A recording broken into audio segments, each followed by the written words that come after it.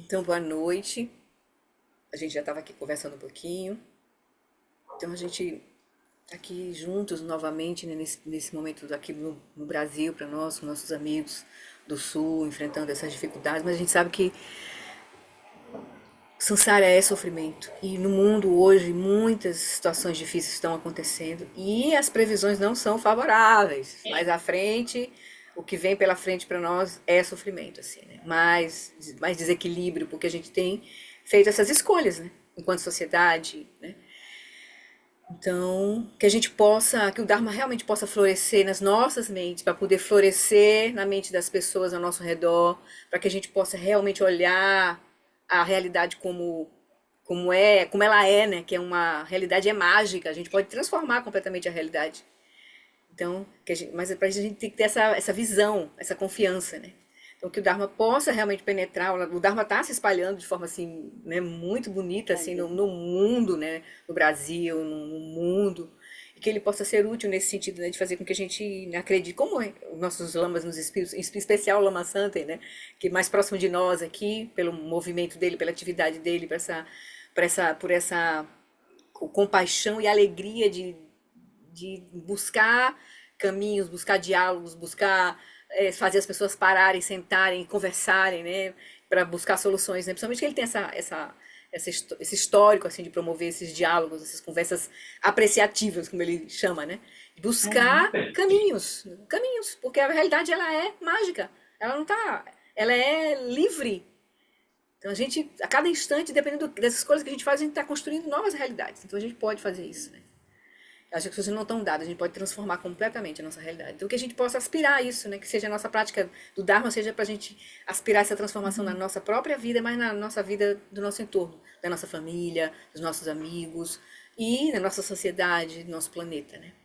Que nas próximas eleições as pessoas possam aprender com esse sofrimento, né? Que elas possam fazer melhores escolhas, para que a gente tenha pessoas mais comprometidas com a sociedade, com transformações verdadeiras, né? Que a gente possa, todos possam ser tocados, né? Porque na verdade isso é um trabalho de todos nós, né?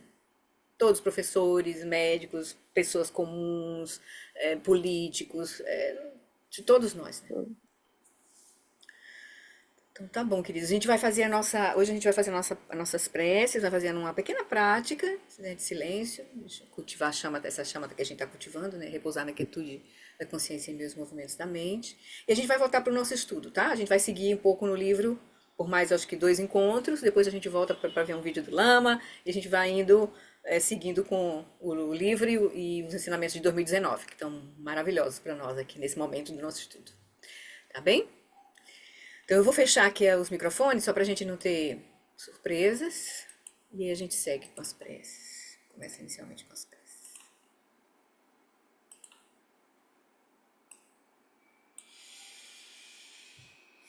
Então vamos soltar agora todas as preocupações, expectativas. Vamos deixar nossa mente completamente no presente, aqui e agora. Em especial conectada com o nosso corpo, com a nossa respiração, com os nossos sentimentos. Deixa a consciência iluminar o teu corpo, o ambiente onde você está agora. Fica presente com a respiração, com a energia que está circulando, né, com os sentimentos que estão circulando, sem julgamentos, só acolhe. E desse lugar, então, de presença, e olhando de onde nós estamos e sentindo, né, agora olhando esse lugar de calma, de tranquilidade, de lucidez para a situação de todos os seres, não só os seres humanos, mas os seres animais, né, nesse planeta aqui, que é o mais próximo, né, na realidade mais próxima de nós. A gente se lembra, né, da nossa situação, assim, se dá conta. A gente se lembra que as facilidades e vantagens desse precioso renascimento humano são extremamente difíceis de encontrar. Nós nos alegramos por reconhecer quão virtuoso deve ter sido nossas vidas anteriores, nossas ações anteriores, para a gente reunir as causas de ter esse corpo agora, nesta vida, com a inteligência, com a capacidade, com as qualidades, com as virtudes que ele tem.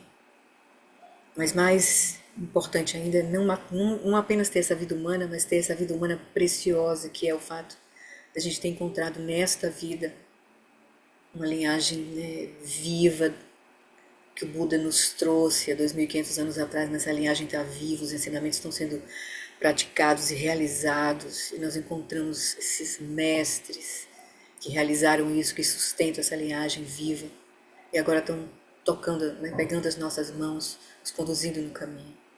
Então, isso é a preciosidade da nossa vida humana. Então, nós nos alegramos por agora nos reunirmos nessas condições. Mas também nos damos conta de que, como todos os fenômenos surgem de causas e condições, quando as causas e condições mudam, os fenômenos mudam.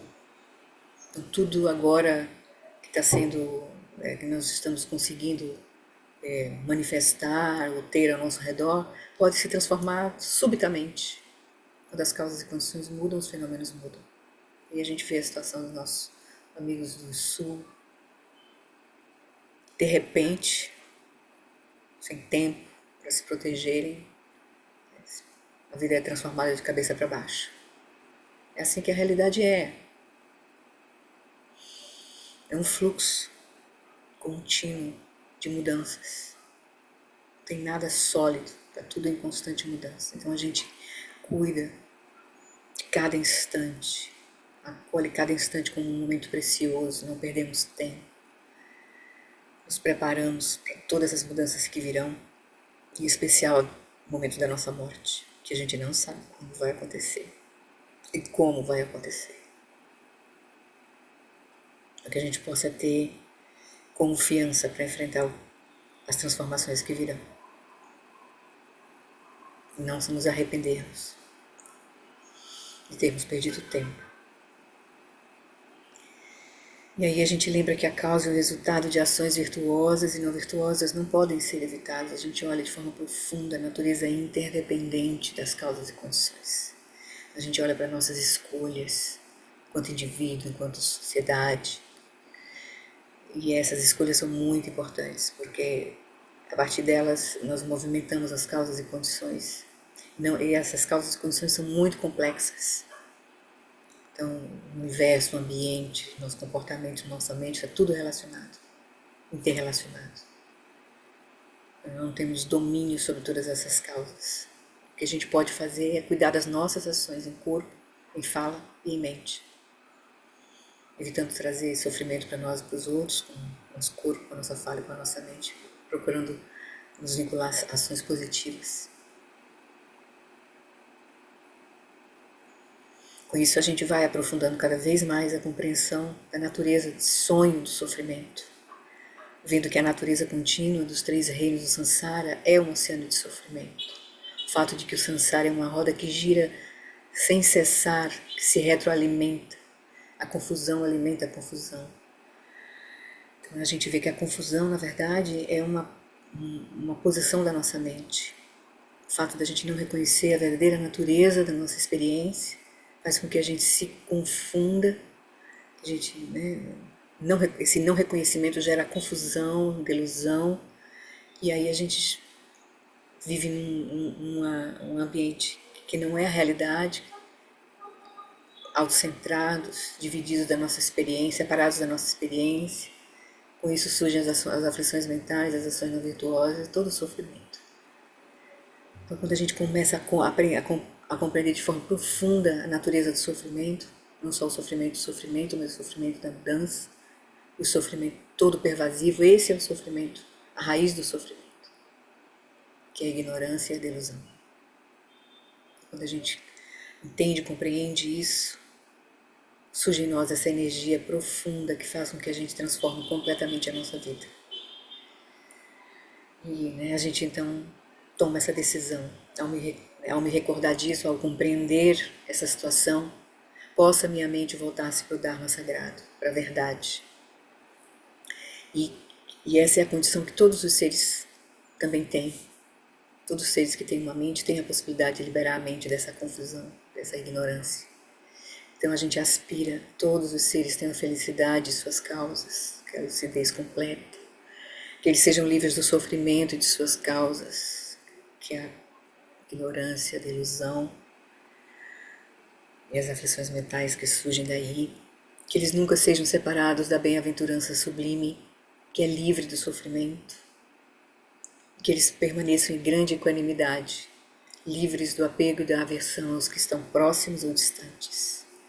Nós possamos realmente experimentar a paz da lucidez, do nirvana, paz e a alegria desse estado de reconhecimento.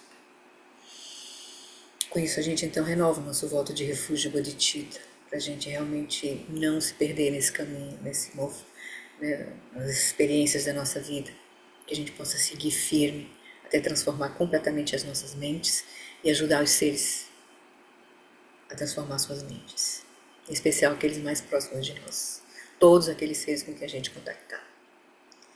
No Buda, no Dharma e na excelente Assembleia da Sangha, até que alcance a iluminação, neles eu tomo refúgio, que através da minha prática das 6 perfeições possam todos os seres sencientes alcançar o estado búdico.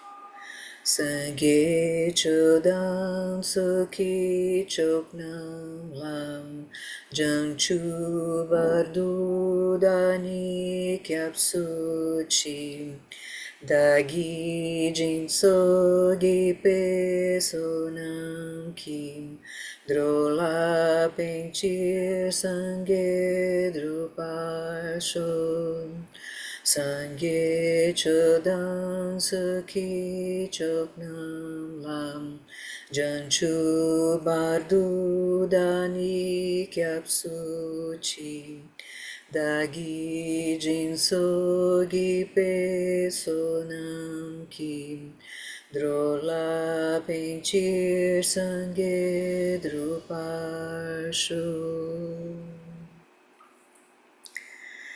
Então, com a força nossas preces, também da abertura do nosso coração, da nossa decisão de seguir esse caminho, a gente então pede as bênçãos de Guru Rinpoche, representando a linhagem viva, né, de todos os Budas e de todos os nossos mestres. Então, enquanto a gente faz a prece 7 linhas, a gente imagina que bênçãos estão irradiando de Guru Rinpoche para nós e para todos os seres, em especial aqueles que estão mais sofrimento nesse momento. Na fronteira noroeste de Udiana, no coração de um lótus, está sentado aquele renomado como Padmasambhava, que alcançou o espantoso Supremo Siddhi, está cercado por uma hoste de muitas dakinis. Seguindo suas pegadas, dedico minha prática. Por favor, aproxime-se, conceda suas bênçãos. Guru Pema Siddhi Orgênio Geno Jansam Pema Gesadam Polam Yasente Gênio Drunim Pema June Jesudram Kudu Kandru Mampekor Kiki Jesudadrukim Jenge Loptir Sheksuso Guru Pema Siddhi Orgênio Geno Jansam Pema Gesadam Pola Yasencha Gênio Druni Pema June Jesudra Kudu Kandru Mampekor Kiki Jesudadruki Jengelapti Shesuso Guru Pema Siddhi Pela força das nossas aspirações, da nossa reflexão, pelas bênçãos de Guru Rinpoche, de toda a linhagem, a gente reconhece que o refúgio final é perfeitamente completo em nós, pois a nossa mente é a natureza de Buda, iluminada desde o princípio sem princípio.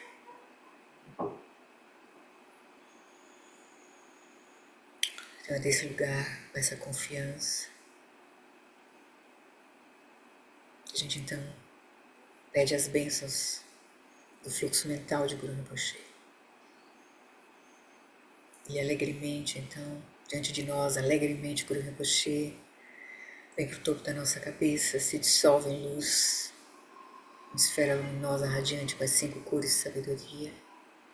Essa esfera desce pelo nosso canal central, repousa em nosso coração.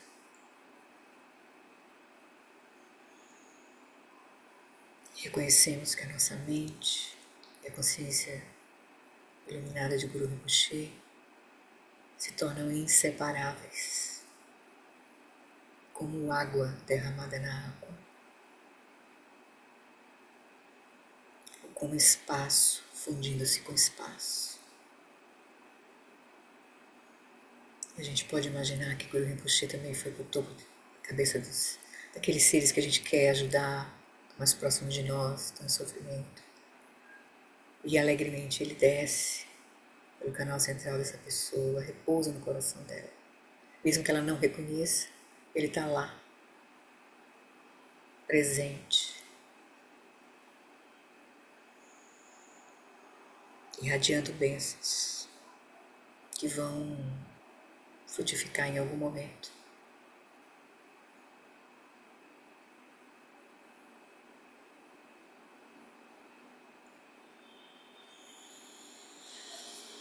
Então é desse lugar que a gente vai então repousar por alguns instantes em silêncio.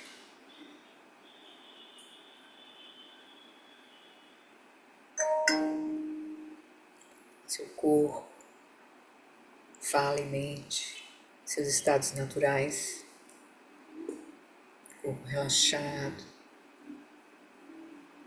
quieto, vigilante.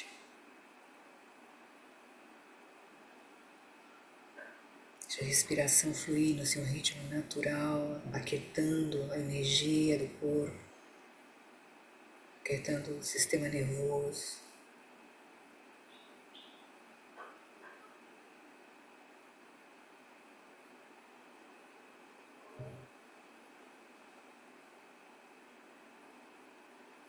Deixe que por alguns instantes a tua atenção repouse no ritmo, em acompanhar o ritmo da respiração.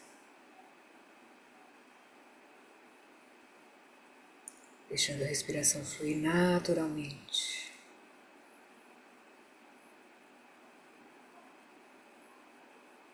Aproveita cada expiração para soltar as tensões do corpo, as preocupações, os sentimentos negativos.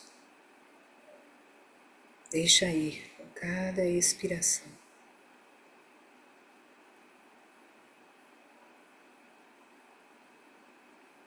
E assim, gradualmente, os pensamentos vão se acalmando e a mente vai repousando em seu estado natural, relaxada, quieta e clara.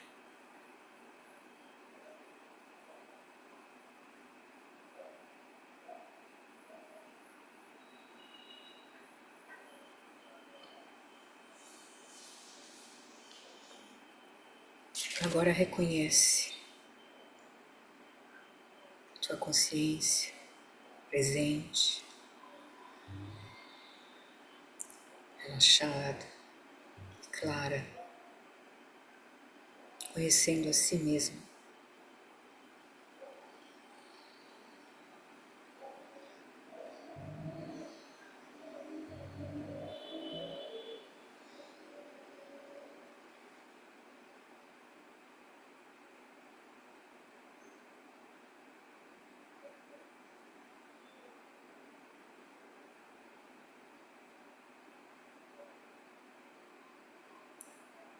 Conforme você solta toda a fixação ou identificação com os conteúdos da mente, as histórias,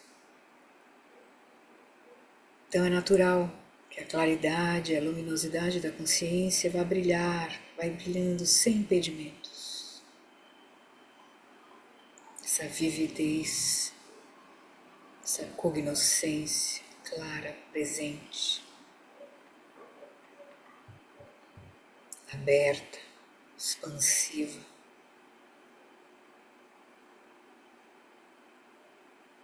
Essa é a nossa essência.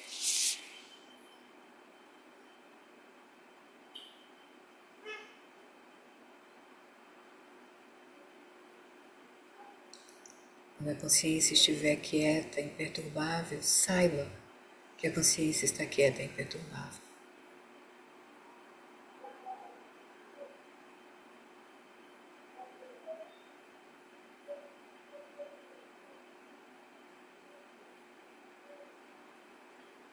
E a gente vai permanecer assim, da melhor forma possível.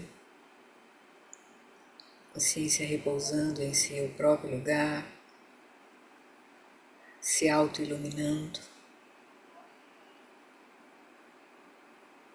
Mas nós não vamos nos fechar para as aparências que possam surgir na nossa mente.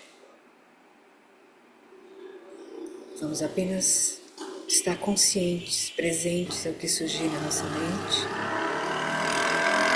só notando os surgimentos, mas sem se identificar e sem se distrair por eles.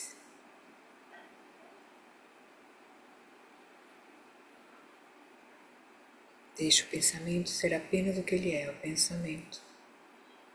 Imagem, ser apenas o que ela é, imagens. A consciência permanece quieta, clara, relaxada, observando tudo que surge no momento presente, mas sem se deixar arrastar.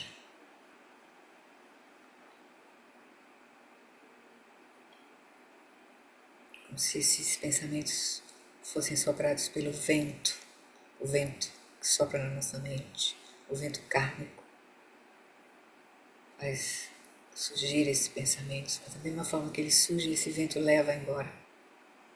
A consciência permanece quieta, clara, cognoscente, mas sem se perturbar.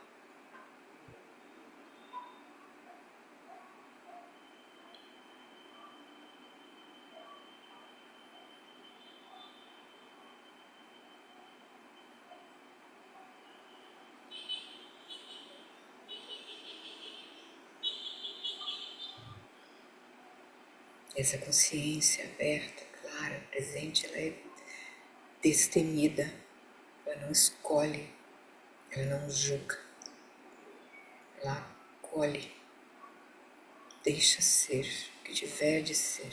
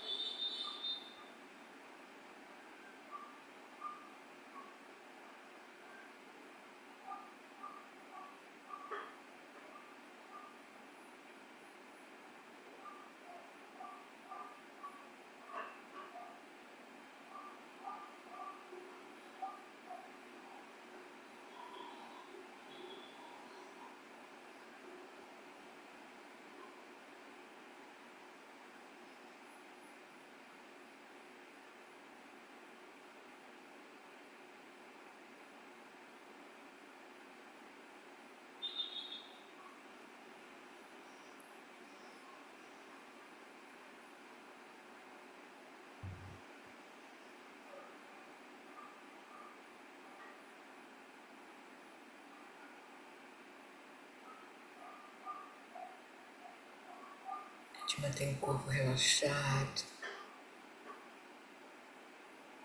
respiração fluindo no seu ritmo natural. Se algum conteúdo interno da mente que surgiu trouxe alguma contração no nosso corpo, nos nossos sentimentos, aproveita a respiração para soltar e relaxar novamente.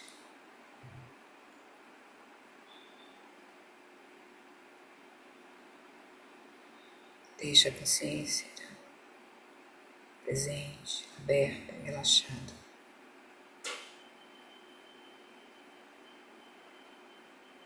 pronta para acolher, para observar o que surgir, sem distração, sem fixação.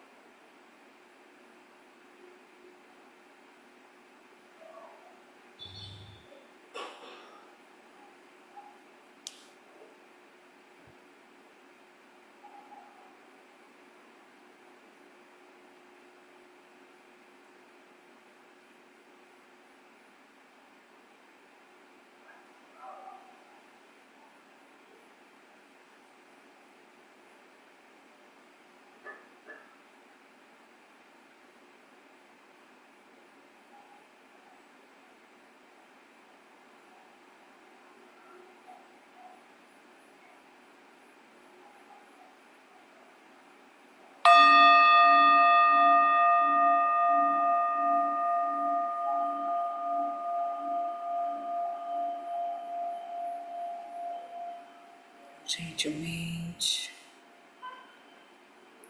traz a atenção para o corpo, para a respiração. E deixa que então tua atenção se volte agora para o nosso encontro.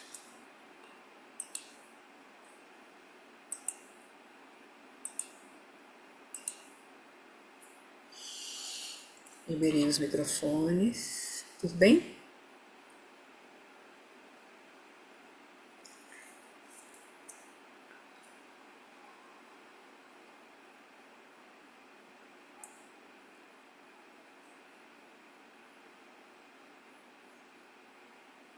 Essa é a prática. A prática é muito simples, né? A prática é muito simples. Mas o fato dela ser simples não é ela não quer dizer que ela seja fácil.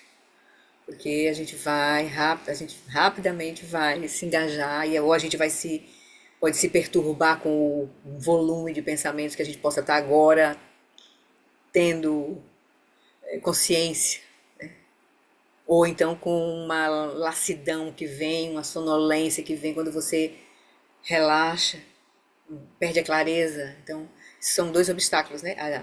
A distração ou a lassidão, a falta de clareza. Então, e aí a gente vai. Não tem outro jeito, né? Da gente ir avançando nessa prática a não ser praticando. Praticando. A gente vai fazendo isso aos poucos. A gente pode, em prática formal, né? A gente faz isso. Eu tenho feito assim, antes de começar a prática de chama, eu faço uma chuva de bênçãos para trazer esse lugar, assim, as bênçãos dessa prática de chuva de bênçãos, onde a gente, no final, né, recebe as iniciações, recebe o empoderamento de Guru Rinpoche, e desse lugar a gente, então, realmente, com a nossa mente unida à mente de Guru Rinpoche, que é a mente lúcida, que está presente, é a nossa base, né? Dharmakaya é a nossa base. Esse lugar que a gente vai. Porque o que virá, como a gente vai ver, está vendo no agora, as experiências meditativas serão muito variadas. Porque realmente nós vamos estar iluminando o nosso karma. Vai ter a ver com os nossos condicionamentos, com a nossa história, com a nossa. E não só dessa vida, de vidas passadas, né? Que a gente vai estar iluminando, nós vamos estar nos aproximando da consciência substrata, que é o depósito das nossas marcas kármicas, né? A gente vai estar iluminando isso. Oi, Cris. Lori, eu queria tirar uma dúvida. Pois não. É, quando a gente faz essa prática, necessariamente precisa abrir os olhos? Eu recentemente, o Lama Alan pede que a gente abra. E as instruções gerais são para a gente abrir, para gente, a gente poder quebrar a ilusão de achar que a nossa consciência está dentro da nossa cabeça. Na verdade, a nossa consciência ela permeia o espaço, interno e externo, certo?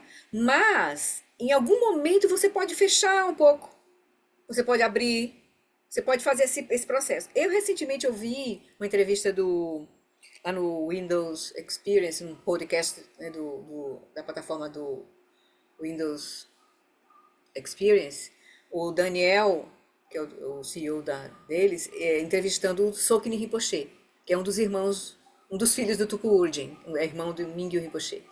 E o Sokin Rinpoche tem uma abordagem muito interessante da prática.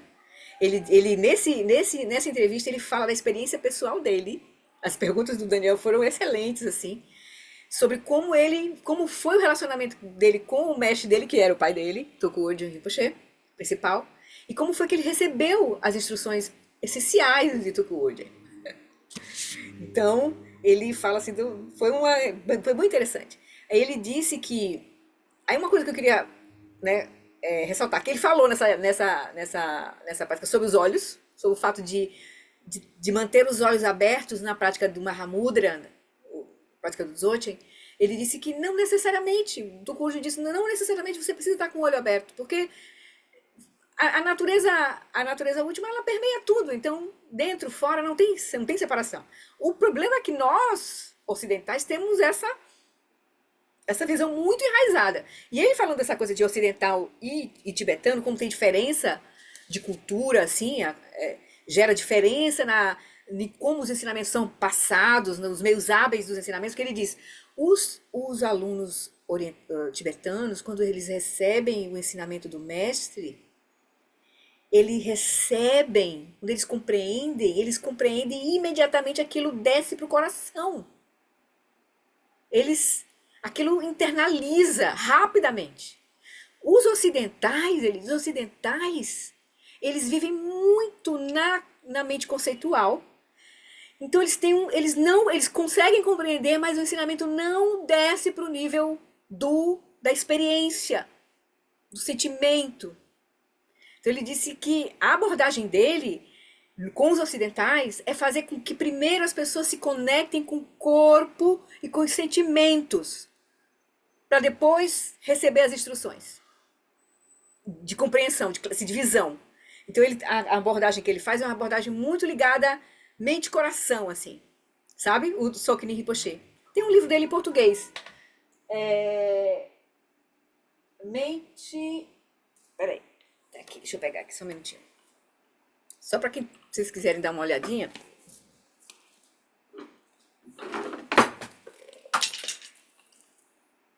Esse aqui. Coração aberta, mente aberto. Mente aberta. Ele primeiro, ele é importante a gente lidar com o nível, exatamente, coração aberto, mente aberta. Primeiro tem que abrir, veja, nós somos seres sencientes. A Vedana é a nossa segunda cegueira, o sentimento, a sensação. Então a gente precisa trabalhar nesse nível, no nível do sentir, para aí a compreensão, quando a compreensão se dá integrada com esse nível, entende? Mais básico que é o que nos faz seres sencientes, é o sentir. Por isso que é o nome, né? Seres sencientes. Então nós ocidentais, nós perdemos muito a ligação com a mente e com o sentimento. Nós estamos desconectados do sentimento. Nós estamos muito na mente conceitual. Então, o Sokin Rinpoche é interessante, eu achei muito interessante ele colocar isso assim, sabe? E aí ele despertando o poder do amor essencial, alimentando os seus demônios. A abordagem dele é uma abordagem que primeiro dá uma sacudida na pessoa, sabe? Para depois chegar com os ensinamentos. Interessante. Então é um pouco isso, sabe? Cris, aí ele disse, você pode fazer com o olho fechado se você já tem essa conexão, mas você pode experimentar, faz as duas formas. Uma vez também eu já vi o Dalai Lama comentar assim, que num determinado momento de maturidade da prática, você pode fechar os olhos ou deixar os olhos abertos, independe. Entende? Mas inicialmente é pra gente quebrar essa concepção. E não achar que tá dentro, não tá fora, né? Então, você vai fazendo, então, abre, começa assim, daqui a pouco você sentiu que estabilizou, você sente. Sente a consciência que tá inseparável de dentro e fora, entendeu? Tenta sentir isso claramente, entendeu? Mas não faz só com o olho fechado, certo? Nesse sentido, assim. Mas experimenta, a prática é nossa, então a gente tem que fazer as nossas experiências também, tá? Pois, então tá. Então vamos lá pro nosso roteiro de hoje. Nosso roteiro de hoje a gente seguiu o tópico nham, né, lá do livro. Então deixa eu compartilhar. Compartilhar, tá aqui, Kindle. Então, quem tem o livro, nós vamos seguir hoje a explicação. O tópico nham, ele está na página 136, certo? Que é aqui, né? Nham, sinais da experiência meditativa. Aí a gente já, deixa eu só fechar aqui o sumário. A gente viu, primeiro a gente só fez o comentário do primeira parte, dessa primeira parte aqui, mas eu vou só reler o texto raiz, a gente já viu esse comentário aqui, dessa primeira parte aqui, tá? Eu vou ler esse texto raiz só pra gente se conectar, e aí a gente vai para a segunda parte do texto raiz, aí vai pro comentário. Então, nós estamos aqui, só pra gente se lembrar, né? Nós estamos no capítulo As Instruções Explícitas. Ele já falou, né, do teste, já falou que aqueles de nós que são seres de, né, capacidades inferiores, que têm mentes agitadas, não vão conseguir em 3 semanas, né, atingir shamatha. Então, a gente tem obstruções psicofísicas, porque nós temos toda essa inflamação, vamos chamar assim, né, de conceitos, né, e karma operando, dualidade, reificação, fixação.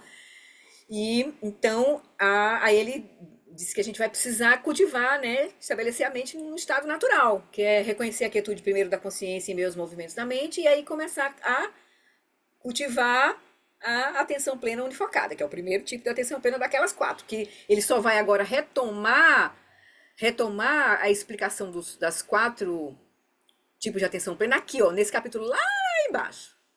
Por enquanto ele vai agora, ele deu mais ou menos a perspectiva da prática, que é a base da prática, né, o que a gente tem que fazer, reconhecer a quietude da consciência em meio aos movimentos da mente, e agora realmente estabelecer, né, acumular, se familiarizar com isso, permanecer na quietude em meio ao movimento até a gente conseguir atingir o primeiro nível, que é a atenção plena unifocada.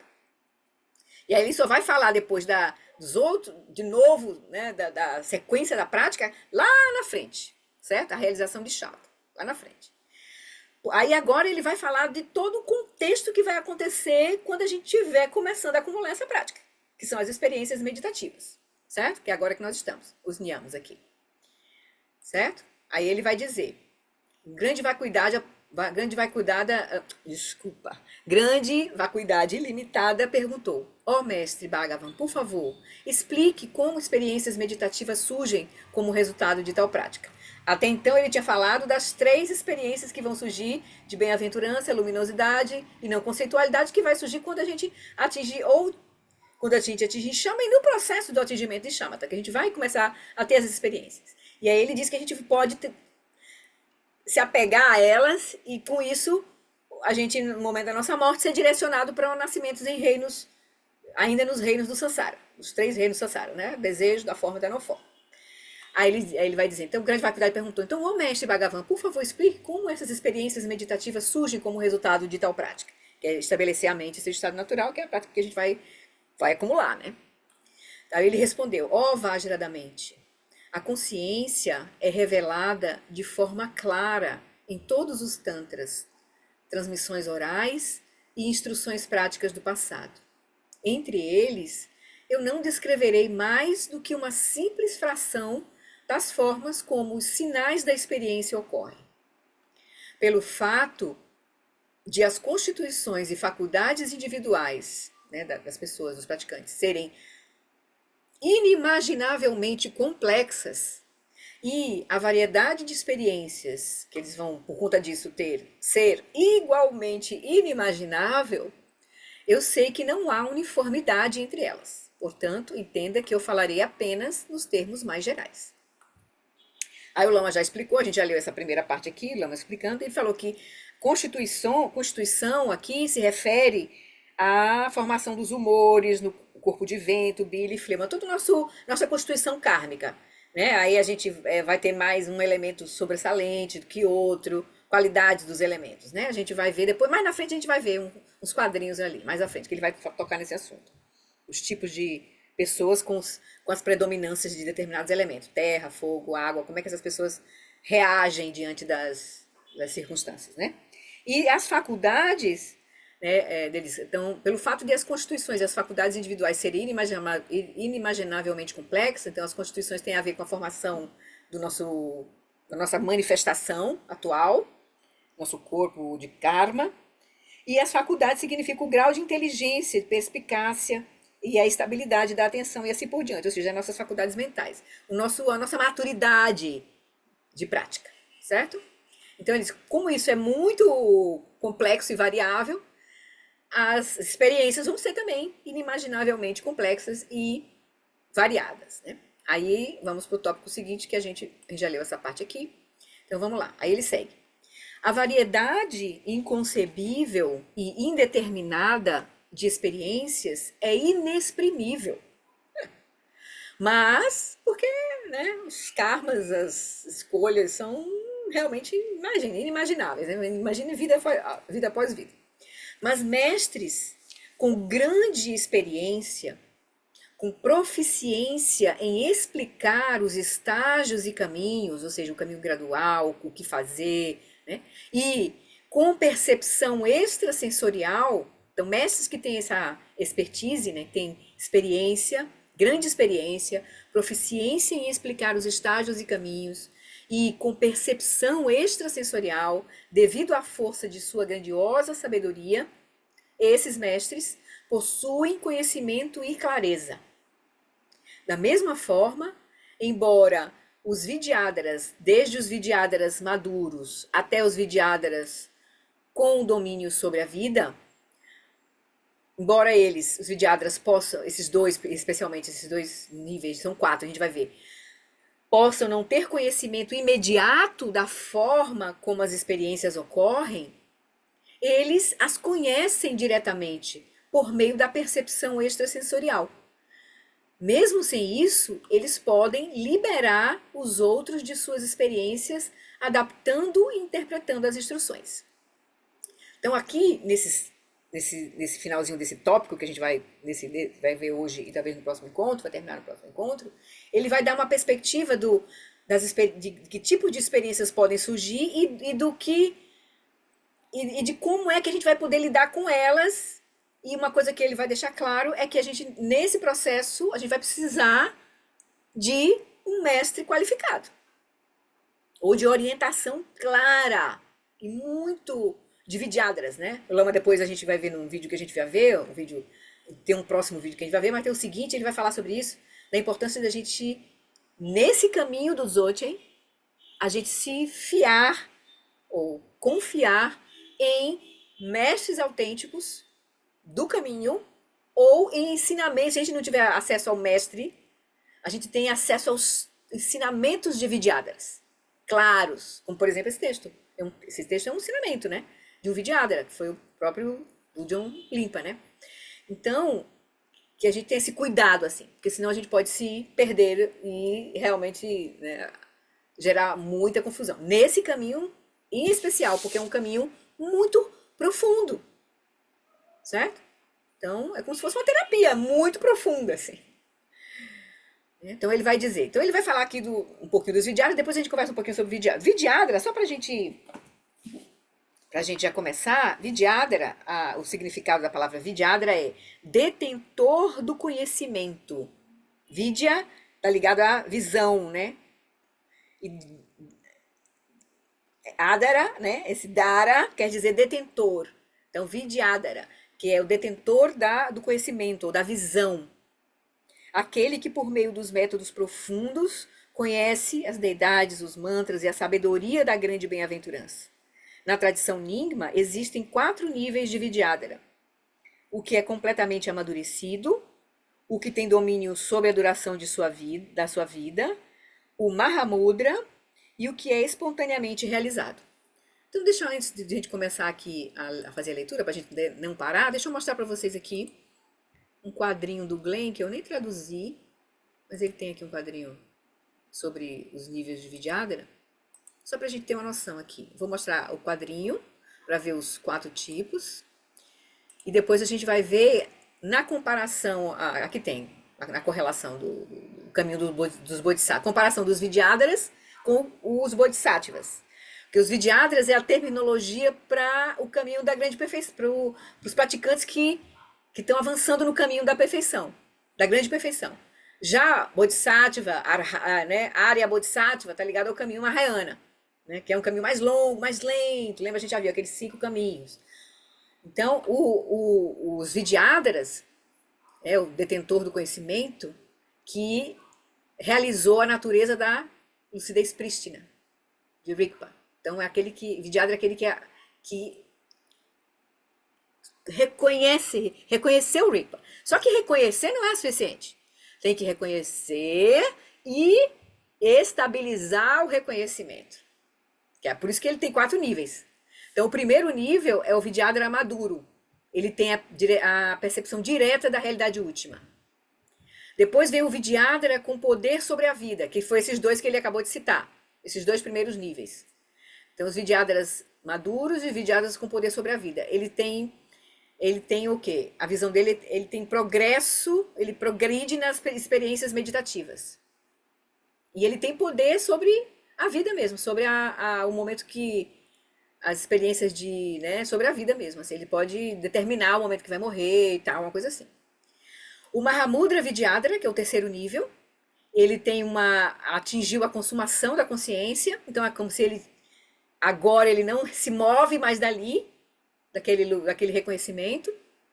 E depois tem o Vidyadhara espontaneamente realizado, que aí só para ter uma noção, ele atingiu o 10º boom dos Bodhisattvas. No caminho dos Bodhisattvas, no caminho do treinamento, que tá aqui, eu acho que eu tô com, deixa eu pegar aqui o quadro. Esse aqui. No caminho do Bodhisattva, os caminhos do Bodhisattva, que são os 5 caminhos. Primeiro, o caminho da acumulação, o caminho da preparação, o caminho da visão. Quando o Bodhisattva chega aqui, no primeiro nível, esse primeiro nível aqui é exatamente comparado com o caminho do Dzogchen, é o Mahamudra do primeiro nível. O Vidyadhara do primeiro nível. Vidyadhara maduro. Depois, o segundo nível de Vidyadhara já está aqui. É equivalente ao 5º nível. O primeiro nível de Vidyadhara é o primeiro estágio do caminho do Bodhisattva, dos 10 booms. Quando acerta, reconhece Rigpa, certo? Aí depois o segundo nível, ele já é equivalente, o segundo tipo de Vidyadhara, que tem o poder sobre a vida, ele já está no 5º estágio do Bodhisattva. Depois o 3º nível de Vidyadhara, o Mahamudra Vidyadhara, ele já está no 8º estágio do caminho do Bodhisattva. E o último é equivalente ao 10º Bhumi, certo? Aqui, olhando aqui. Então, o primeiro nível de Vidyadhara aqui, o segundo nível de Vidyadhara está aqui no 5º nível do Bodhisattva, o 3º nível de Vidyadhara está aqui no 8º nível do caminho dos Bodhisattvas, e o que tem uma maestria sobre reconhecimento da natureza, a última, está aqui no 10º nível. Corresponde exatamente à mesma situação do Bodhisattva, que vai chegar aqui também, vai chegar nesse nível, certo? Só que o caminho dos Bodhisattvas são longos, né? Um incontável é um, segundo incontável é um, terceiro incontável é um. E o caminho pela grande perfeição, você pode atingir os 4 níveis numa vida. Do Vidyadhara numa vida, certo? Certo? São só pra gente se localizar aqui. Deixa eu voltar lá pro texto. Então o Lama vai comentar. Então ele disse aqui no texto raiz, que a gente acabou de ler, né, só voltando aqui, ele diz: da mesma forma, embora os Vidyadharas, desde os Vidyadharas maduros, que é o primeiro nível, até os Vidyadharas com maestria, domínio sobre a vida, que é o segundo nível, Embora eles possam não ter conhecimento imediato da forma como as experiências ocorrem, eles as conhecem diretamente por meio da percepção extrasensorial. Então já tem esses CIDs. Mesmo sem isso, eles podem liberar os outros de suas experiências, adaptando e interpretando as instruções. Ele vai dizer, então a variedade de experiências é inexprimível, é inconcebível, inimaginavelmente vasta, segundo, né, o Malala está dizendo. E indeterminada, quer dizer, é imprevisível. Você não sabe o que pode surgir. Então, o mestre que está ali cuidando de vários alunos, ele não sabe o que pode surgir. E você, como aluno, você também já se prepara, como o Lama colocou naqueles vídeos que a gente tem olhado, né? Que a gente precisa saber que esses nyamas, essas experiências vão surgir porque eles vão estar dragando a nossa própria mente, nosso próprio karma, né? E a gente não sabe bem, a gente não lembra o que fez há 10 anos atrás, quanto mais no início da nossa vida, em vidas passadas, né? Então, no entanto, mestres com grande experiência, com proficiência em explicar os estágios e caminhos e com percepção extrasensorial, o que implica que eles atingiram Shamatha e Vipassana devido à força de sua grandiosa sabedoria. Por quê? Porque um Vidyadhara ele já atingiu essa mente calma, que viu claro, e Vipassana, que é o insight claro da natureza de Rigpa. O primeiro nível de Vidyadhara é o reconhecimento de Rigpa. Então ele já tem Shamatha e Vipassana, certo? Então, aí ele diz, devido à força da sua grandiosa sabedoria, certamente a sabedoria que surge de Shamatha possuem conhecimento e clareza. Esses mestres, né, os Vidyadharas, possuem conhecimento e clareza. Portanto, se você atingir o Shamatha, você pode oferecer orientação experiencial a outros na prática de Shamatha, por todo o caminho até a culminância. Por ter penetrado minuciosamente essa prática e acessado a consciência substrato, você poderá ter percepção extrasensorial, como um médico que é capaz de fazer um diagnóstico por compreender de forma direta o estado interno do corpo de outra pessoa. De maneira similar, por meio da percepção extrasensorial, você Vidyadhara, né, você que atingiu Shamatha e provavelmente recebeu reconhecimento, né, as instruções de Vipassana para reconhecer Rigpa, você poderá acessar diretamente o estado interno da mente de outra pessoa. Então, ele está falando primeiro isso, né, que as experiências são indeterminadas, mas os mestres que têm essa capacidade, eles têm condição de ver o que está acontecendo. Então, a seguir, o texto fala de Vidyadharas, aqueles que atingiram a realização direta de Rigpa, desde os Vidyadharas maduros até os Vidyadharas com domínio sobre a vida, que são os dois primeiros estágios. Aí o Lama lembra, há 4 estágios de realização aqui, né? Havendo aqui uma referência só aos 2 primeiros estágios. Vidyadharas maduros estão no primeiro estágio, e no segundo estágio estão os Vidyadharas com domínio sobre a vida, assim chamados por terem o poder de determinar quanto tempo irão viver. Esses Vidyadharas podem não ter conhecimento em primeira mão, ou seja, não ter vivido claramente ou tudo que os alunos vão viver, sobre todas essas experiências. Ele pode não ter esse conhecimento em primeira mão sobre todas essas experiências. O que equivale a dizer que se você estiver experimentando um niyama específico, é bem possível que o Vidyadhara que você possa consultar não o tenha experimentado diretamente.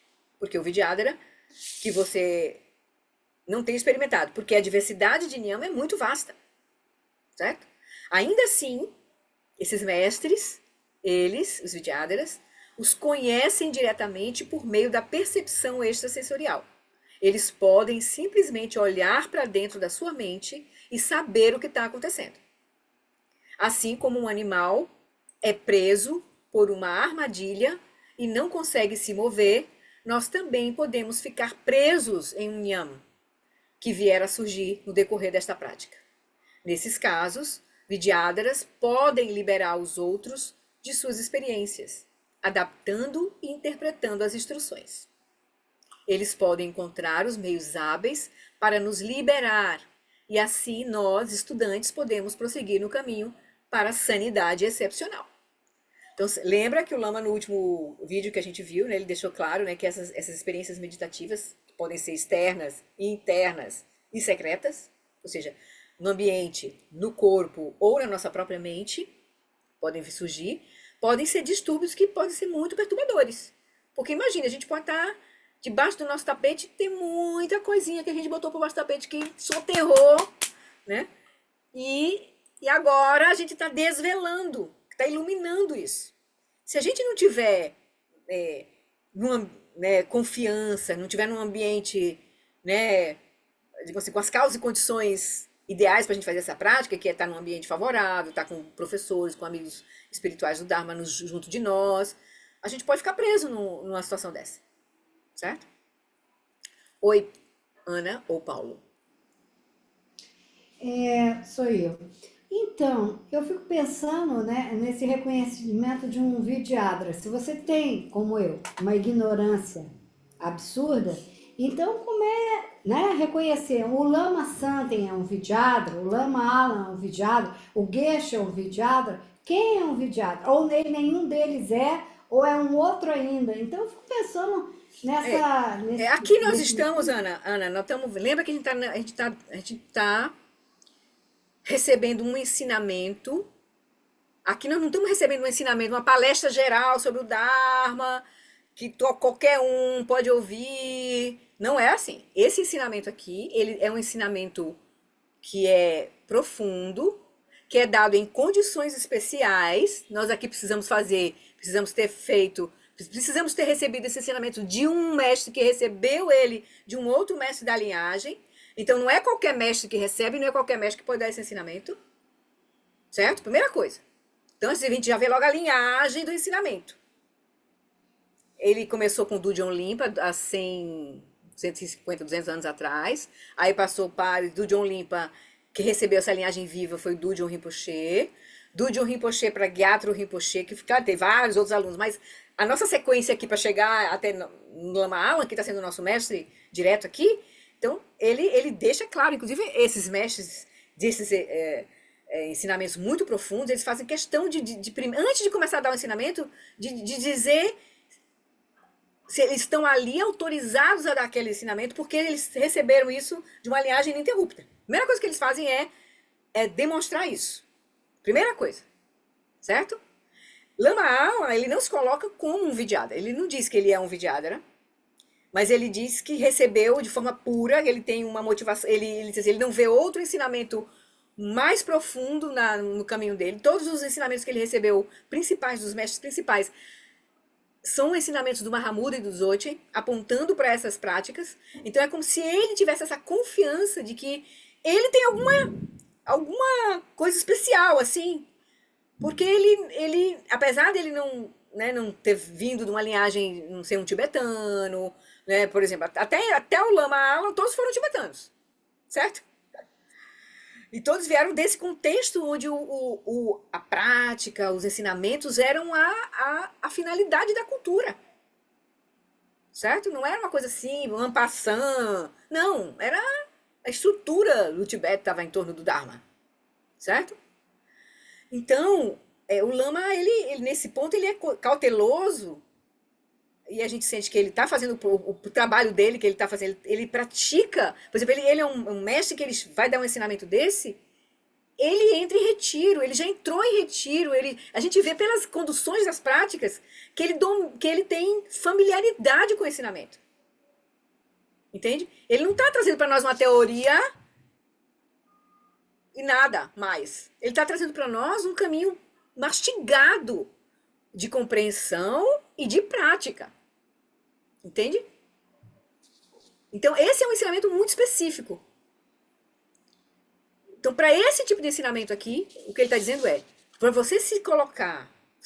Claro que a gente aqui nós estamos numa assembleia de vários níveis de praticantes aqui.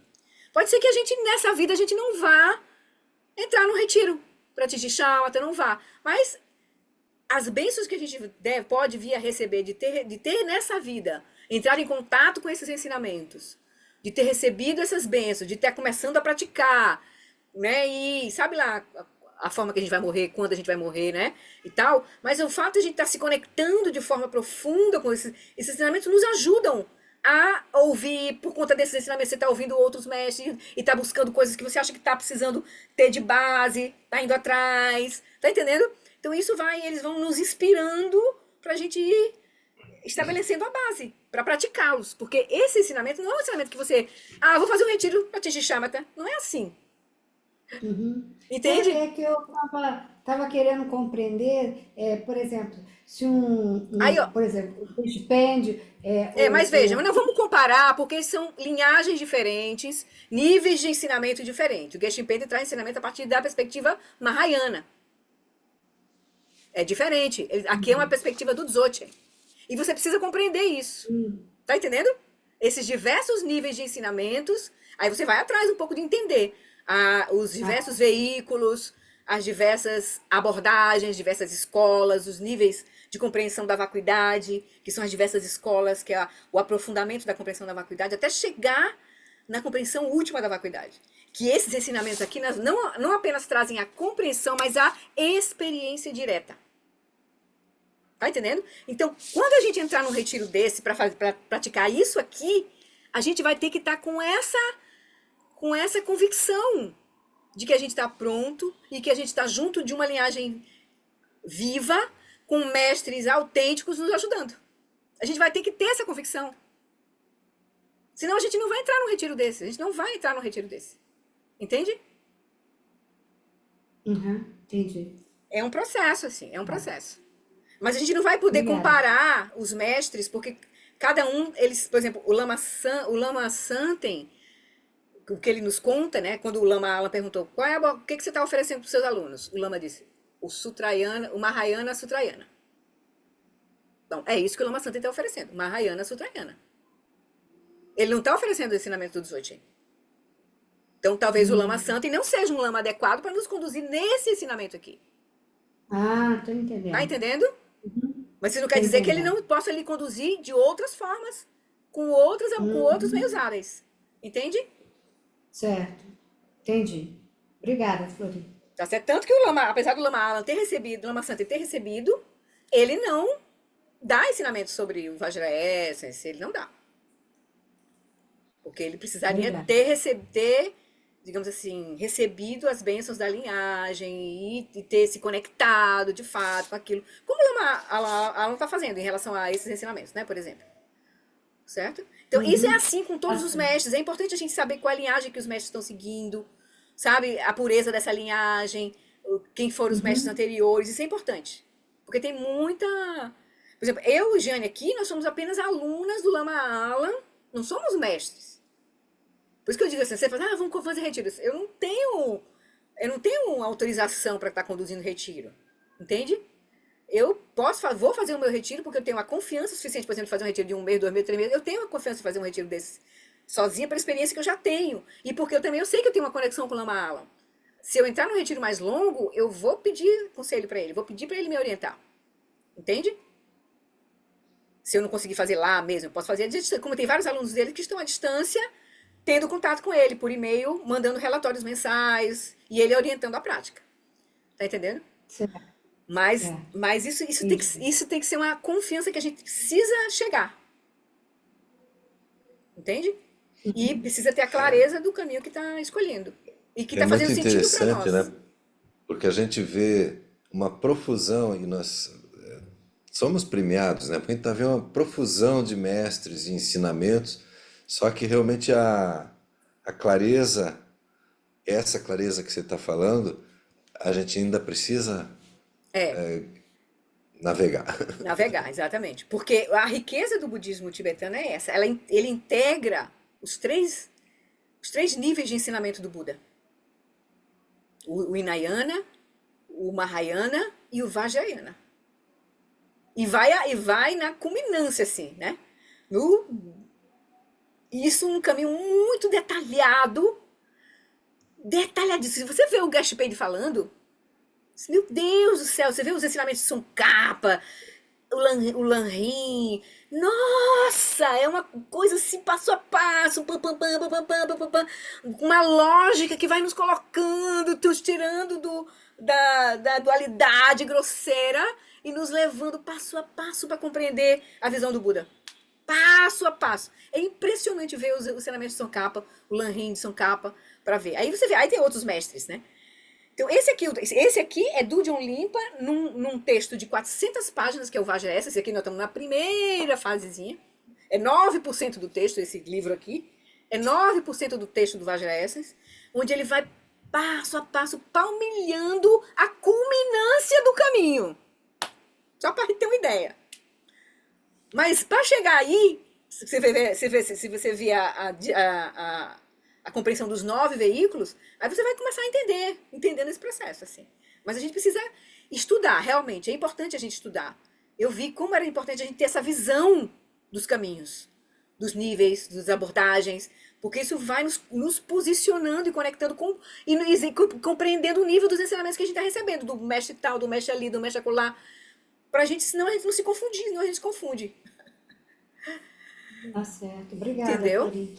Mas vá atrás, Ana, vá atrás, persiga, vá atrás de compreender os 3 veículos, ou os 9 veículos na tradição Nyingma, né? Porque nós estamos falando da tradição Nyingma, mas se você for olhar, tradição Kagyu, tradição Gelupa, tradição Bon, já tem outras estruturas. E a gente vai, recebe tudo isso misturado e fica uma confusão. Certo? Então, nós estamos nesse processo de chegar junto, e aí receber ali, acolá, mas vai ter uma hora que a gente vai chegar naquilo que está fazendo sentido para nós, que a gente está podendo praticar e que a gente está nos transformando. Aí esse é o momento, talvez, a gente focar aquele caminho. Entende? Aprofundar ali. Porque senão a gente não vai aprofundar em nada. Tudo bem, tudo bem. Isso vai gerar mérito, vai gerar, né, condições favoráveis talvez para o momento da nossa morte, mas, no nosso próximo renascimento, mas talvez não nos libere nessa vida. E a gente não sabe para onde o nosso karma vai nos levar na vida seguinte. Então a gente reza pro Buda Amitabha. Deixa o plano B lá, que é rezar pro Buda Amitabha, Tara, seja qual for. Porque se não for o Buda Amitabha, qualquer Buda. Todos eles são iguais. Então, é Dharmakaya, todos os Budas são Dharmakaya. Então a gente se apega num Buda e na hora de morrer, reza para esse Buda. Entendeu? Como os cristãos rezam para Jesus, para Maria. Maravilhoso. Se agarra na mão de Jesus, na mão de Buda, na mão de Tara. Se Jesus aparecer na hora, porque sabe lá o que pode aparecer na hora da nossa morte, né? A gente vai que lá na criança, na hora do batismo, aquilo veio, né? Naquela memória. Mas se agarra na mão de Jesus, Maria, não tenha preconceito. Certo? Mas vá-se embora. Para uma terra pura. Praticar, né? A próxima vida, né? Certo? Então vamos lá. Seguir mais um pouquinho. Aí o Lama vai falar, né? Aí vem o texto raiz. Então, por exemplo, aí o do John Limpa está explicando para o Grande Vacuidade Limitada por que essas experiências surgem, né? Aí ele está dizendo, então, primeiro porque tem a variedade de constituições, né? Então, as pessoas são diferentes, têm as constituições, faculdades diferentes, e vão surgindo imaginavelmente experiências diferentes. Mas aqueles mestres que têm sabedoria vão olhar e vão ver e vão ajudar os seres ali, certo? Aí ele vai dizer, por exemplo, Devas, ele vai fazer uma comparação com os seres sábios da época da Índia, antes do Buda. Então, por exemplo, Devas, Rishis, Brahmanes, Acharyas e outros que praticam Samadhi, ou seja, que praticam essa concentração, né, cultivam essa concentração, eles cultivam-no focando várias sílabas semente. Então, isso era uma tradição da Índia. A Índia é milenar na prática de Samadhi. Então, quando o Buda realmente, né, ele começou o caminho dele, a primeira coisa os mestres que ele procurou, ensinaram para ele o Samadhi, os níveis de Samadhi.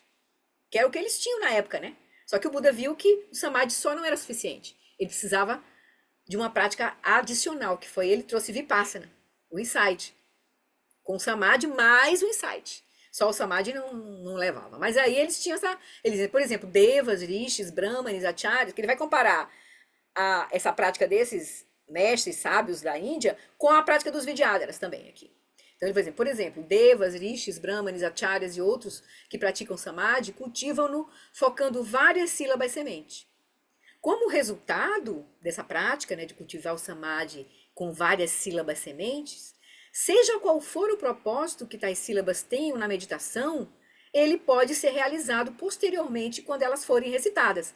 Então, esses sábios antigos, eles cultivavam o samadhi com um propósito, por exemplo, com a sílaba tal, com a sílaba tal, com a substância tal. E quando eles atingiam proficiência no samadhi com aquela sílaba, depois eles saíam do samadhi, eles se tornavam meio que curandeiros um pouco. Eles exibiam siddhis, realizações a partir dessa prática de samadhi deles. Ajudavam, né? Mesmo não tendo lucidez completa. Mas só o fato de você dominar, ter uma mente focada e que recebeu, digamos assim, as bênçãos dessas sílabas sementes, porque ele vai dizer lá na frente, o Lama vai nos lembrar, essas sílabas sementes está ligado ao reino da forma, são nimitas, e todas as tradições falam dessas sílabas sementes, cristãs, judaicas, né, o verbo, o Lama vai falar, né, o verbo se fez presente, então é a sílaba, então é como se tivesse no reino tem algum sentido isso, assim, tem algum poder nisso, nesse reino da forma que pode se manifestar no nosso reino, né, do desejo, né? Então ele vai dizer, como resultado esses praticantes do samadhi, né, focando sílabas, eles depois que eles atingiam essa samadhi nessas sílabas, eles podiam usar essas sílabas, né, com o propósito de tais sílabas, seja qual for, eles podiam ser realizados posteriormente quando elas forem recitadas. Então, porque ele tinha o poder de ter realizado aquela sílaba, quando ele recitava, aquela sílaba tinha um poder. Tinha um poder. Por isso que quando as curas de mantras, com, né, os curandeiros, assim, né, usam materiais, sílabas, sons que curam, né? Então, e seja qual for a doença que foquem, pela recitação das sílabas para tal doença, esses rishis, brahmanes, acharyas lá, eles, que também atingiram esse samadhi nessas sílabas, eles podem posteriormente beneficiar homens e mulheres. Então, ele vai dizer, da mesma forma, Vidyadharas podem intuitivamente identificar todas as doenças. Então, os seres que atingiram esse grau que atingiram a Samadhi, né, Shamatha e Vipassana na natureza reconhecendo a natureza direta da consciência primordial, que é Rigpa, os Vidyadharas, eles começam a também intuitivamente identificar todas as doenças. Ou, revelando técnicas de meditação e recitação com esse propósito, eles podem dissipar todas as doenças, exceto algumas poucas que são incuráveis devido a karmas do passado. Assim sendo, é desnecessário dizer que eles podem guiar as experiências de um yogi no caminho. Então ele está falando que, da mesma forma que os rishis do passado, que atingiam o samadhi, né, com aquelas sílabas e aí faziam curas com essas sílabas, os vidyadharas, porque eles acessaram, começam a repousar no reconhecimento de Rigpa, e aí eles vão, à medida que eles vão aprofundando isso, realizando isso, estabilizando isso, eles vão ganhando esses siddhis, né, essa clarividência e esse potencial de ajudar os praticantes do caminho. Então vão ser os mestres, nossos mestres vão ser os vidyadharas, né? Aí o Lama Alam vai comentar. O mestre agora está se referindo a diferentes tipos de seres sencientes, não apenas humanos, mas deuses, rishis, adeptos que são adeptos contemplativos, os brahmanes, que são os sacerdotes indianos na época, os acharyas, que eram os mestres. Estes termos são amplamente utilizados na Índia, esses vários designações, né, de sábios, em várias tradições, e não apenas no budismo. Deuses, nesse contexto, são entidades não humanas proficientes em samadhi. Não são seres fora do samsara, estão no samsara ainda, nos vários diversos reinos dos deuses. Mas eles são proficientes em samadhi, têm uma mente focada, né? O samadhi é praticado em uma vasta gama de religiões. Por budistas, samadhi é concentração, mente quieta. Veja que Jesus passou 40 dias no deserto, concentrado. E outras tradições também. Budistas, hinduístas, janistas e assim por diante. Aqueles que praticam samadhi cultivam-no focando. Por exemplo, várias sílabas sementes, como Om, A, Hum, Ri e muitas outras. Estas fazem parte da tradição mística da Índia clássica. Então era natural, já fazia parte da tradição dos contemplativos, cultivar samadhi focando uma sílaba. E essa sílaba, provavelmente que aquele yogi tinha conexão, e aquela sílaba se potencializava, ele atingia, ele vai explicar, né? nos processos de concentração, a mente atinge sai do reino do desejo e entra no reino da forma. Então atinge um grau e aí acessa arquétipos, que aí podem ser usados para beneficiar o reino do desejo, por exemplo. Então aí ele vai dizer, no cristianismo encontramos uma noção semelhante. Ops! Quem foi que soltou um P aí? Bom, exatamente, a sílaba P também tem esse poder. Então, no cristianismo, encontramos uma noção semelhante. O Evangelho de João afirma que no princípio era o Verbo, e o Verbo se fez carne. A noção da realidade emergindo do Verbo, ou seja, da realidade emergindo da sílaba, a sílaba semente, é culturalmente bastante comum, sugerindo que essa ideia deva estar em sintonia com algo bastante profundo. Nas práticas do Vajrayana, por exemplo, do estágio da geração, a gente também vai fazer as imaginações das deidades a partir da sílaba semente. Da sílaba semente surge o ambiente, a terra pura e surge a deidade. Também da mesma forma nas práticas do Vajrayana, né? No princípio era o verbo, a sílaba semente. Daí surge a manifestação da realidade. Né? No caso, o reino puro, né? E o Buda, né? Nesse sentido assim, né? As terras puras. Então ele vai dizer, então isso deve estar em sintonia com algo bastante profundo, porque não é só no budismo, mas no cristianismo, o judaísmo é diferente do budismo, que difere do cristianismo, e este do hinduísmo, e assim por diante. E ainda assim, essa ideia atravessa as fronteiras religiosas do verbo que se fez carne, né?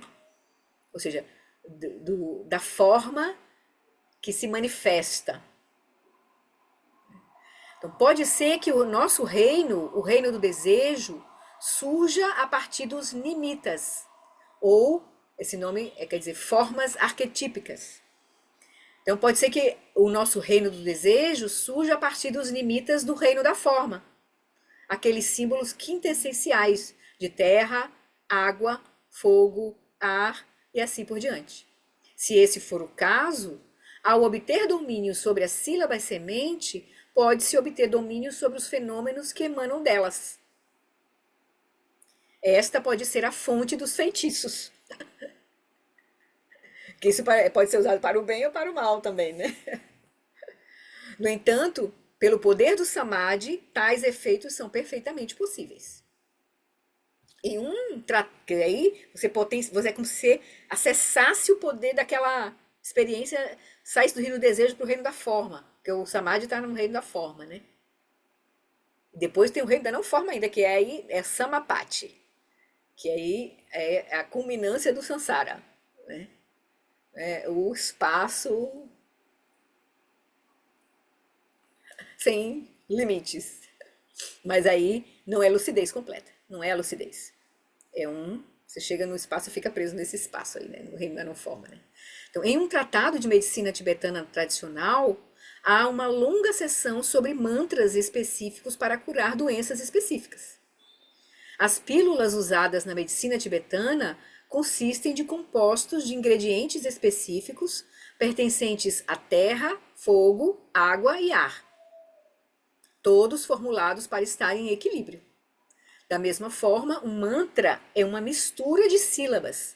Se você dominar essas sílabas sementes, poderá juntá-las como compostos, ou seja, um mantra é um composto de sílabas. Se você domina essas sílabas e juntar ele num composto, por exemplo, esse mantra que é poderoso, Om Mani Padme Hum, Om Ah Hum Ri, são mantras. Não são à toa que essas sílabas estão organizadas como estão, porque provavelmente são sílabas que têm esse poder, esse poder já foi acessado. E os mestres falam pra gente os mantras para a gente ir sendo beneficiados, né, com esse poder dessas sílabas, né? Então ele diz, da mesma forma, um mantra é uma mistura de sílabas. Se você dominar essas sílabas semente, poderá juntá-las como compostos para curar. O samadhi é o ingrediente essencial. Sem ele, você não tem nada, embora a fé possa ter algum poder. Mas sem a concentração, samadhi, É que é o conceito de samadhi é que é o ponto. Então, por isso que muitos mestres que começam a entrar nesse caminho, eles começam a gerar siddhis, né? O Lama mais à frente vai falar sobre siddhis, lá na frente. Gerar, acessar o reino da forma, provavelmente, né? E esses potenciais, assim. Então, como resultado, ele diz que chegou a ver um mestre que ele esquentava na língua dele uma pedra, como se 200 graus, ele curava com essa pedra quente, assim. E ele disse que tinha na barriga dele as marquinhas que o mestre botou queimou ele, assim, com essa pedra na língua dele. É o poder do samadhi, assim. Então, como resultado, seja qual for o propósito que tais sílabas tenham na meditação, o motivo pelo qual você as escolheu pode ser realizado posteriormente quando elas forem recitadas. Ele está trazendo o texto, a raiz, né? Aquele livro. Então, isto é similar aos nimitta. Uma vez que você realize o nimitta do elemento terra, né, o arquétipo, o símbolo arquetípico do elemento terra, pode utilizá-lo mais tarde, no período pós-meditação, para beneficiar homens e mulheres. Da mesma forma, aqui no livro Aquietando a Mente, ele traz um verbetezinho sobre nimitta, mas ele faz bem rapidamente. Ele diz nimitta, uma forma arquetípica ou sinal que aparece para o meditador, para indicar a passagem por uma fase específica. Então, quando você está praticando shamatha, lá nos 9 estágios, naquele livro A Revolução da Atenção, ele diz que vai chegar um momento que você vai ter que ver o sinal, receber esse sinal, esse nimitta, de você ter acessado o reino da forma, provavelmente, né? Assim. Aí você vai usar esse sinal como objeto de prática, no caso, para atingir shamatha, não no caminho gradual, usando a respiração. Vai aparecer em algum momento esse nimitta, você vai estar olhando para a respiração, daqui a pouco vai aparecer esse sinal interno, talvez do elemento ar, o arquétipo do elemento ar, e aí você vai usar aquele elemento, aquele sinal, aquela imagem mental, como o teu objeto de prática. Que aí você atingir shamatha, você tem que estar realmente focando a mente, você não pode estar focando a respiração para atingir shamatha, você tem que estar focando a mente. Então, para quem usava nas tradições que usava a respiração como foco, em algum momento eles iam receber acessar esse sinal, esse nimitta, talvez do elemento ar, né? Aí ele vai dizer, da mesma forma, os vidyadharas, seres muito além da simples shamatha, ou do domínio do samadhi, e de certas sílabas sementes, os vidyadharas estão acima disso. Eles são seres muito além da simples shamatha ou do domínio do samadhi e de certas sílabas semente. Então, da mesma forma, os vidyadharas, que tem agora, eles têm a realização de rigpa, eles têm shamatha e vipassana. Então, eles podem intuitivamente identificar todas as doenças. Tendo acessado o rigpa, os seus poderes de intuição são extraordinários. Eles reconhecem os sintomas de doenças específicas de forma intuitiva, diretamente de rigpa, ou revelando técnicas de meditação e recitação com esse propósito, podem dissipar todas as doenças, exceto algumas poucas que são incuráveis devido a karmas do passado. Assim sendo, nem é preciso dizer que eles podem guiar, os vidyadharas podem guiar as experiências de outra pessoa no caminho do Dzogchen, no caso aqui. O poder de sua intuição é tão grande que podem perceber doenças comuns de maneira direta e detectar aflições específicas, os jnans, que estão impedindo que você avance no caminho de shamatha. Certo? Aí só para mostrar para vocês aqui um quadro também do Glenn, acho que esse quadro, também não está traduzido não, mas dá para a gente ter uma ideia assim, só para a gente, deixa eu, tá aqui. Vocês estão vendo? Níveis, esse quadrinho aqui é do Glenn, está em inglês, é níveis de samadhi. Aqui só há como era praticado antes na Índia, antes do Buda, pelos contemplativos, antes do Buda chegar, né? O reino do desejo, reino da forma e reino da não forma. Esses níveis de samadhi vai tirando a gente do nível do desejo a partir do cultivo de shamatha, das nove estágios. A Cris está indo? Tá, Cris, querida? Um beijo. Então, aí no reino do desejo, como é que a gente pratica o samadhi no reino do desejo? É cultivando o shamatha, os 9 estágios de shamatha. No caso, aqui é a forma tradicional, né? O caminho tradicional. Então, aqui tem os 9 estágios de shamatha, os 5 poderes que a gente vai, 6 poderes, 1, 2, 3, 4, 5, 6 poderes, poder de escutar, de compreender, da atenção plena, da introspecção, do esforço e da familiaridade.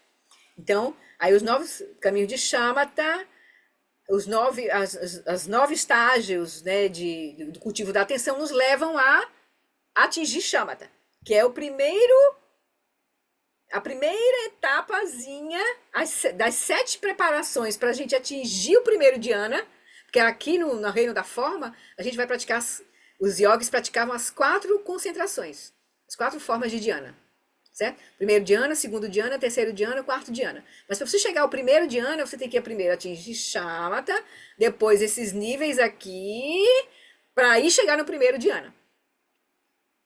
Aí o Lama, depois você atingiria o reino da não forma, que é, imagine, espaço infinito, consciência infinita, nada, o pico da existência do Sansara, que é o nada absoluto.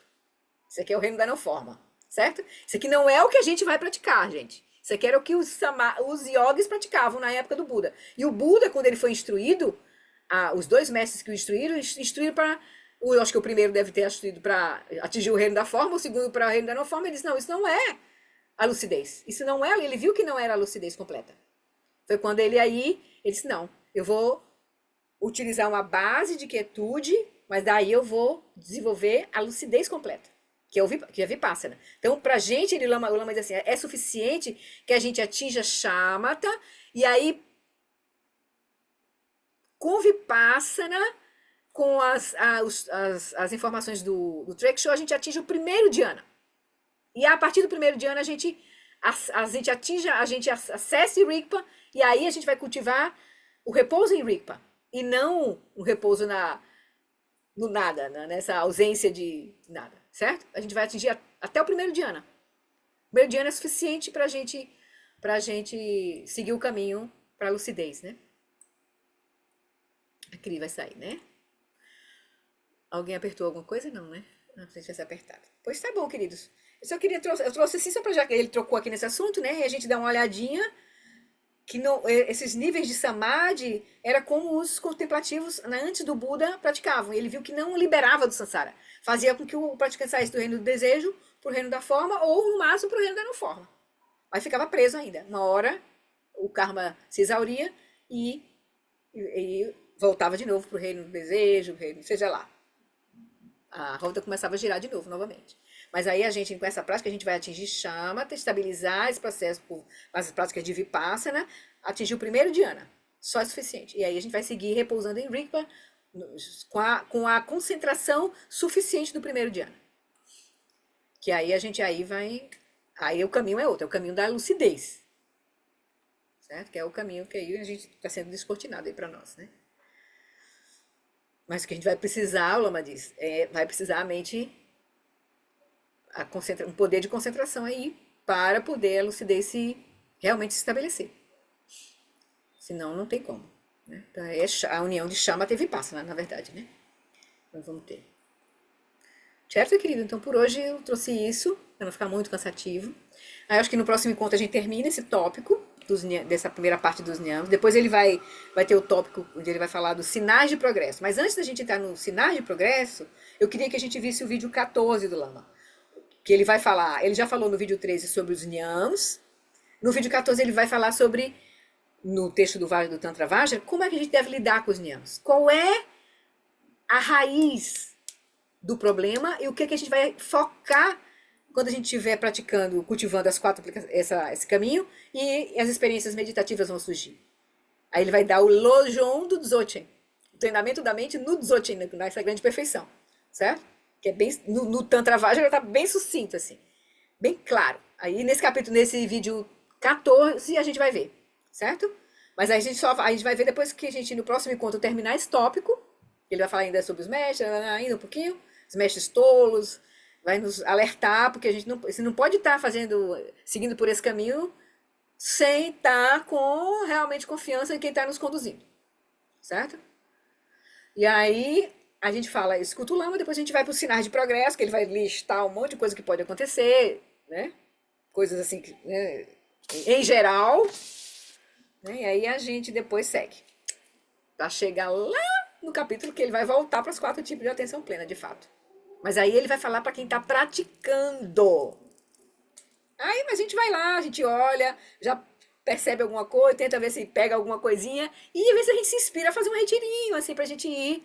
Pouquinho, retiro de 10 dias, 15 dias, a gente já vai experimentando um pouquinho isso. Leva o nosso livro debaixo do braço, sempre que puder, ó, rever as instruções. Em retiro é melhor porque a gente tá com a mente ali focada naquilo, não tem outra coisa pra gente se preocupar, não tem, né, internet, não tem vizinho, não tem parente, não tem ninguém, só a gente, no máximo, a cozinhazinha ali para fazer o nosso almocinho bem simples e o banheiro para tomar um banhinho, pronto. E o resto é prática. É muito interessante. Tá bom? Então vamos fazer a dedicação, tudo bem? Então tá, vamos fazer a dedicação aqui. Peraí, deixa eu pegar a dedicação, que da outra vez eu me atrapalhei aqui, eu acho que eu fechei o arquivo em vez de abrir. Ai, meu Deus, deixa eu pegar a dedicação, tá aqui. Ok. Eu fiquei dedicando sozinha e vocês lá. Pronto. Então, por essa acumulação de méritos, possa eu obter a onisciência que tudo vê e possam todas as falhas ser superadas. Que das ondas revoltas e turbulentas do nascimento, velhice, doença e morte deste oceano do Sansara, possa eu liberar os seres. Sunandi tanchezi pani topne ne pedrana panjeshin que gana chi balon trupai si pezzo le droa show. Que possamos conquistar a convicção na visão, na qual Sansara e Nirvana são iguais, no sentido de ter o mesmo sabor. Que possamos ter uma habilidade consumada na meditação, um fluxo natural inalterado, não fabricado. Que possamos consumar a ação, uma espontaneidade natural, não intencional. Que possamos encontrar o Dharmakaya, além de toda aceitação ou rejeição.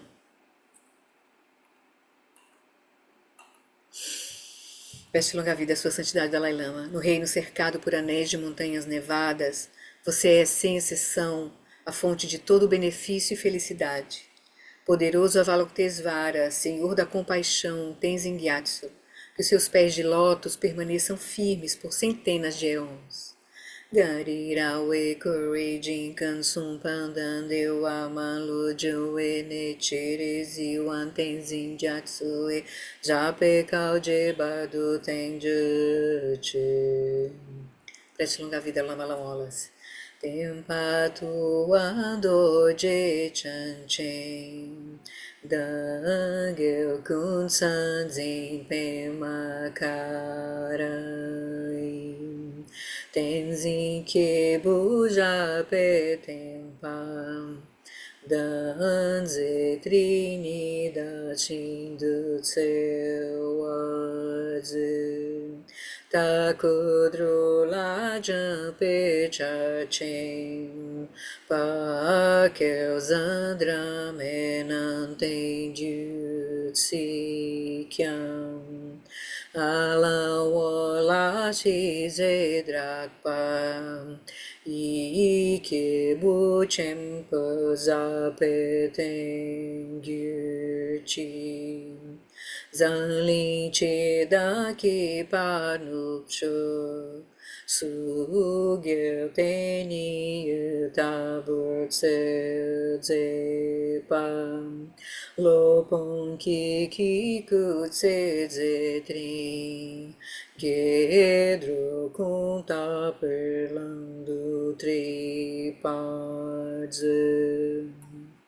Que o professor Shakyamuni, o grande Vajradhara, e aquele que sustenta os mistérios de todos os jinas, Padmasambhava, possam firmar os pés de lótus daqueles que sustentam os ensinamentos e fazem com que os feitos do Buda brilhem como o sol e a lua. Aquele que derrama uma grande chuva de amor sobre seres em terras distantes e sustenta-os com o néctar dos ensinamentos do Buda, aquele ilimitadamente afortunado, o grande ser conhecido como Alan Wallace, possa sua vida ser longa. Em Jambudvipa em geral e especialmente no Ocidente, você ilumina os ensinamentos dos jinas como a luz do sol. Ó Mestre, possam sua longevidade e seus feitos ser muito extensos, e possa você guiar todos os seres no caminho da liberação. Prece para a preservação dos ensinamentos de Tujon Limpa. A extensiva tradição da transmissão de Padmasambhava é a escola da tradução antiga da grande perfeição. Tujon Limpa é o sustentáculo desses ensinamentos da essência definitiva, que seus profundos termos possam ser preservados pelo estudo e pela prática, para que não diminuam até o final da existência condicionada. Peço para que a tradição do Guru Padmasambhava floresça, que a grande tradição do Abade Shantirakshita, do mestre Padmasambhava e do rei Trisandeusen possa florescer e permear os 3 reinos. Que a presença das 3 joias nunca se separe do fluxo mental dos seres, assegurando assim um sublime bem-estar através dos 3 tempos. Quem lucha surin luche zanlin sasun chapa peldrojo chosun não adam vidral do sungelecho.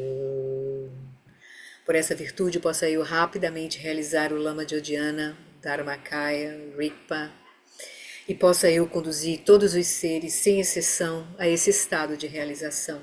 Gyawadi Duda Orgilama Drugune Droachike Malupade Isalagopa Show.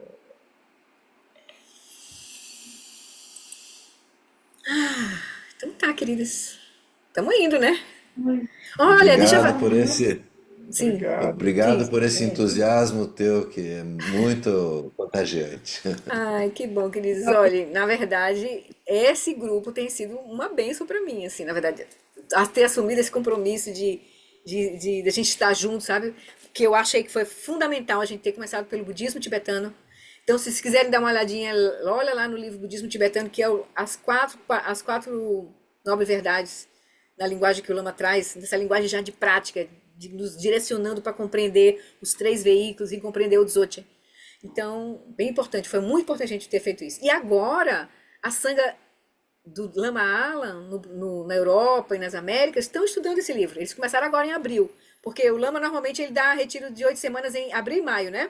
Como ele está em retiro fechado e esse ano é o primeiro ano que não tem um retiro de 8 semanas, a Sangha toda se resolveu estudar a fase 1 do Vajra Essence. Então eles estão com 2 grupos, um grupo para o pessoal da Europa e um grupo para o pessoal das Américas.